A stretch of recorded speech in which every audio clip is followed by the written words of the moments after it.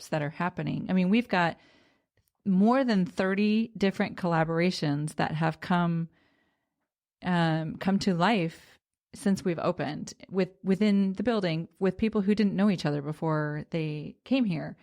Businesses have been started and creative projects and we had a few pregnancies and no, I'm kidding. Just a lot of really cool shit because people value the relationships and the community. And I think one of the things that you guys do really well, again, I'm just getting to know you and I've just discovered you in the last 6 months or so, but you seem to connect really well with your brand and your mission, but the people who are engaging with you. And I mean, at least that's been my experience. And we're full of shit, but we're not full of shit. Right. It's like totally. I get it. And I think that's what, unfortunately, is what makes, fortunately and unfortunately, I think it grows a stronger brand. But it also takes a little bit longer. It completely. And when you're saying that, it makes me think I'm not going to sit here and pretend to be like, I know all of my customers super intimately, but I know a lot of them. Right. And that will change if you do your job well, but then they just kind of rely on you to interact with through a different channel, I guess, maybe. And some of that is because we've gotten it's not like we have 3 customers either. Right. There's an email list of, maybe 1,200 or something like that. But I think my point there, if I have one, is that's what small business is. You are a little bit more intimate, and you do give up some of that as you get bigger. And I think we're trying to be one of those brands.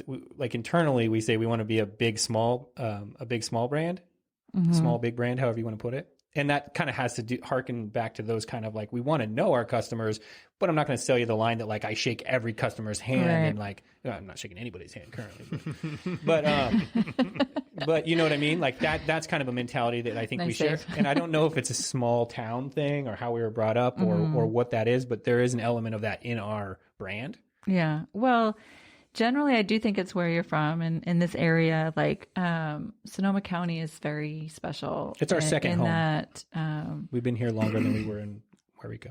Oh, you know what? I just realized the other day that I'm almost as close to having been here as long as the town that I grew up in. That's a mile marker of sorts. Yeah. I moved here after high school and went to San Jose Junior College and then did Sonoma State and the whole thing. And that was, I'm dating myself, as old people say. Oh, but I've been here 18 years, I think. You guys are cute, right? I'm the grandma. If I had hair, I'd toss it right now. Well, I got a salad for you. Oh, not okay. And we go back to where we started. I have to go brush my teeth. Back to where we just started. I can only be serious for so long. That's okay. Nobody wants to be serious around here. This is why one of the best compliments that I've ever received, and actually I receive it multiple times, is that when people listen to this podcast, they feel like they're in the room and they're having a happy hour conversation with us. That's always been my thing. And I thought, I usually have a producer, and he does all the work, right? And I just get to come and have fun and drink wine and hang out with cool people. But it's my happiest hour. And this week it's 5 hours because I'm doing one every day this week, which I'm not sure why I decided to do that, but, they're a lot of work. I mean, these kind of things can be a lot of work. Yeah, this is the easy part, right? It's afterwards. And granted, I don't do a lot of editing, but it's, just getting it ready and doing the social media and all that kind of stuff. And getting them in here and getting calendar invites, all that it's just details. Yeah, exactly. Someday I actually. Answering the door. My daughter, who's 12 or 14, she just graduated 8th grade today. Great. Congratulations. And she's not an emotional person generally, but she was a hysterical mess today. So she had asked me, we've had kind of a challenging relationship the last few years. And junior high will do that to you. Man, it's no joke. Real tough on my mom in junior high. She asked me if she could do a podcast episode, another one, because we actually did a shelter in place episode recently. And with this channel? Yeah. If that's the right terminology? So we did a sheltered diary a few weeks ago in my attic. And then today she was like, can we do another real episode? And I'm never going to say no to that because she never wants to do anything with me. At least she's come around. I listened to one of your podcasts and it's like she grabbed you by the arm and was like, Mom, it's really cute that you think I listened to your podcast. Totally. Yeah. And so now she's like, I want to be on it. But she had heard from somebody, because actually I've gotten a lot of feedback on the first episode that she was really funny and all this. So she wanted to do it today.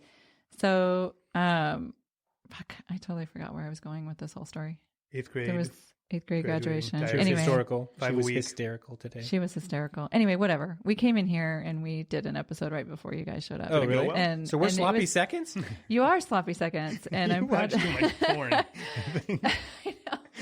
know what I was saying. Like, this is the happiest part of my day is basically where I was going with. And so today I got to do 2 episodes. And I realized that the moment this moment, like while we're sitting here and talking and having fun, the moment that doesn't feel like this, I'm willing to give it up. Yeah. As much as I have all of these ideas. If we have to be somebody else, I don't want to do anymore. Right. Yeah. We started Lucky Rock so that we didn't have to go and do the dog and pony show, wear long sleeve shirts. I couldn't say fuck. I just had to say gosh darn. Right. Well, it makes the dog and pony show a little bit more. I still, like I was saying earlier, I still have to go schlepp my product out there in the streets. But you get to be you doing it. But at least I'm me doing that. Yeah. Before I was wearing a little bit of a facade of like who I thought the industry wanted me to be or who I needed to be a professional wine industry participant, any of those kind of things. And now I don't do it. Do I have time for one more cocktail? You have. You do.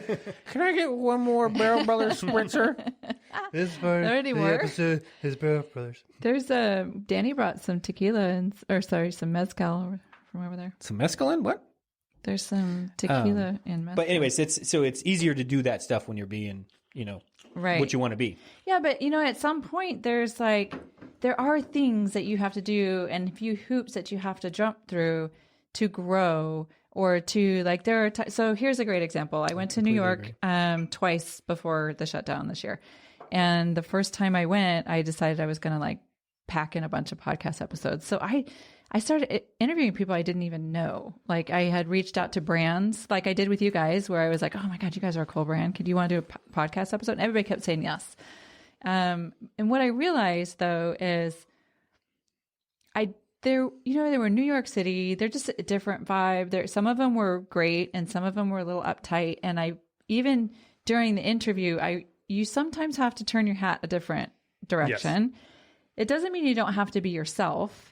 But maybe you have to maybe a little less Danielle, right? Just a little less. It's like you don't say fucking gradations of your personality. Right, exactly. It's like you do kind of you veil it a certain way sometimes if you have to. And I did feel conflicted. I generally have good relationships with people and I connect with people on their level. So it's not hard for me to not say fuck, right? If I know the person in front of me, you can just feel that vibe. Yeah. But also, I just want to be cognizant of like you said, I am who I am. I like to have fun. I generally feel like I can draw people out every now and then. But part of who you are is also probably not making people feel uncomfortable.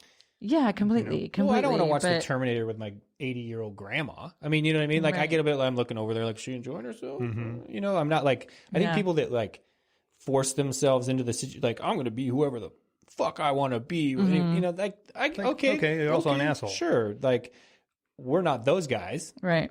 I don't think you're that person. And so there's a, I don't know what you call that, emotional EQ. Yep. But at the end of the day, it doesn't mean you're necessarily giving away a piece of your authenticity. But you know what I mean? He was that was a big drama moment there. But at the end of the day, I completely... Yeah, you're going straight out of the bottle. That's nice. That's why I like you. That's pretty much why I would make the juice. Oh, my God. That's why we call her Heavy D. But so I understand what you're saying because I've definitely smacked a microphone with a wine bottle before. Yeah. Oh, my God. Honestly, it's only my second glass. Maybe third. All right. Do you know Johnny Hirschmugel? What? He is this right here. This is a token. If you see one of these around Santa Rosa or Petaluma, pick it up. Okay. And tag Johnny. I'm sorry. I know I just took a hard left there, but no, it's okay. I Where just happened to see it. Did he just leaves them glued to things, or he's probably not doing it right now during shelter in place. But yes, there was. Yep. That painting right there. I tagged him. I've never heard of him before. But I tagged him in that retweet or so sweet and funny, and his wife as well. I had them both on here, but I just noticed I had one of his tokens here. So they were being left around town in weird places, like in a business card, right? And I think there's a movement in Santa Rosa, which is where it started, where you would find these. I don't know. You would find these tokens and. You tag the artist Pokemon. And whatever. Yeah, it's kind of like Pokemon. Speaking of which, my son, his birthday this week,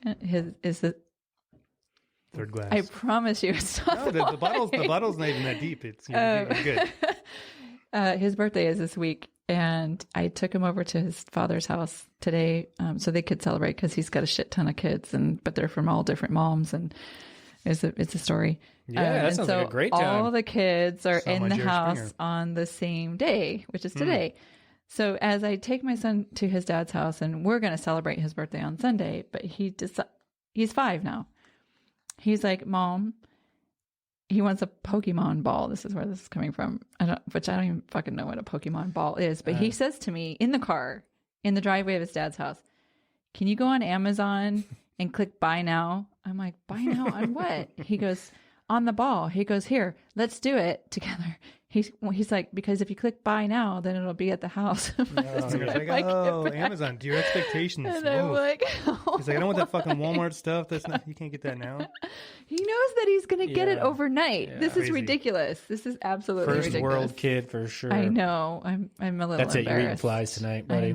Oh, it's well, Aaron and I, we grew up very modestly. And so I think I knew it before life was before the internet, and having grown up very modestly, I think air quotes, some of this shit, I'm like, I cannot believe that this, like, even my son, I'm like, you spoiled little shit. Yeah. But he's not. He's just a product of his environment. We all say that, right. You know, like I'm sure, you know, we always have to make that excuse for, like, I'm sure other generations, but you know, I still had to go to a pay phone at McDonald's to find out where the party was on Saturday night in high school.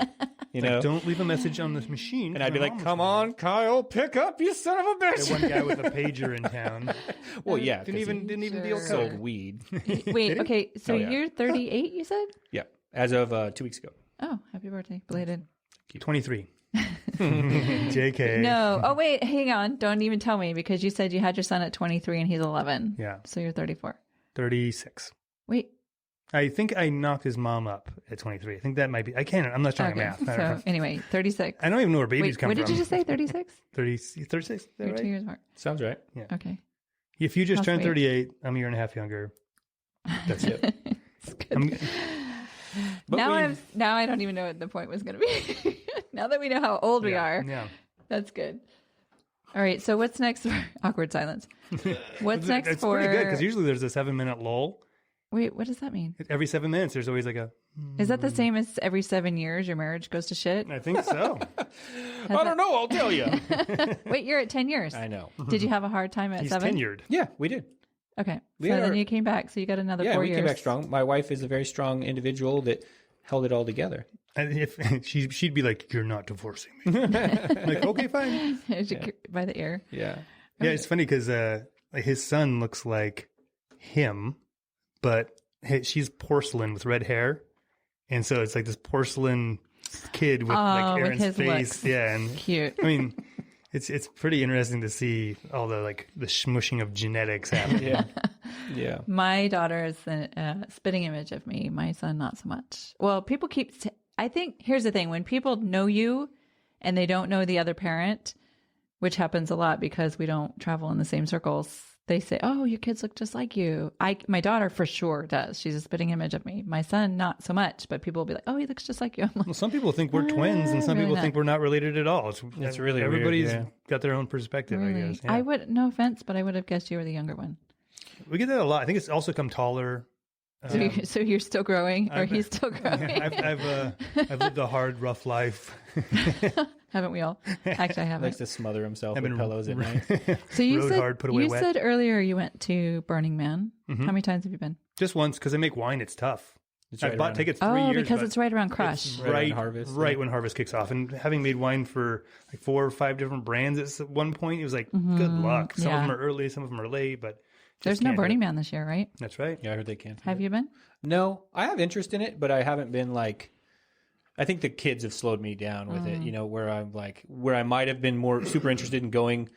I think the timing for me was bad. I think we need to wander off in the forest and do some mushrooms before we go. Like Jesse and I are good about, and my wife's good about supporting that too, because I'm definitely one of those people that believes that, yeah, you're like if you're married or you're in a business or whatever you're doing that's in partnership, like you still are who you are, and there's some independence there, and there's different gradations of that, right, for different people.